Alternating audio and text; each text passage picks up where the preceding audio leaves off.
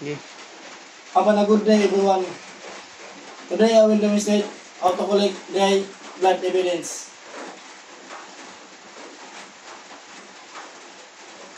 The first is get a 2 piece of cotton buds.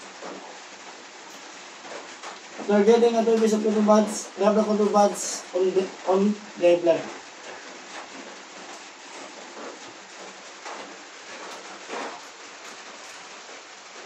After rub it, put the cotton buds on the box.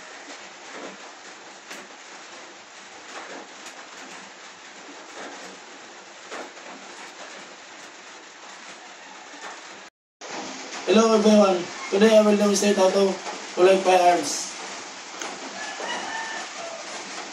The first, put the firearms and check it. The important is your finger take it out for the safety. After checking the firearms, remove the magazine and load to show there's no bullet loaded. After checking at all, get paper bag. Put the magazine on the paper bag and fold. After the magazine, the next is firearms. Petro, G. Hello everyone, have a good day. Today I will demonstrate how to collect wet blood evidence. The first one, get a clean 2 piece of cotton buds. After get a cotton buds, rub the cotton buds on the blood.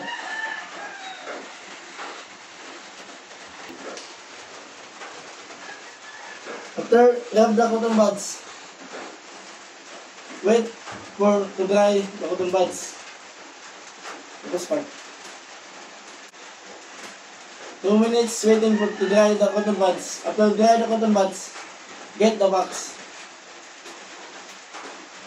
And put G. Hello everyone. Today I will demonstrate how to collect hair strand.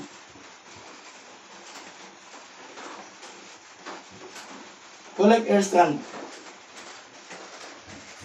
After collecting a hair strand, put it on the middle of the paper. After putting in the middle, fold the paper.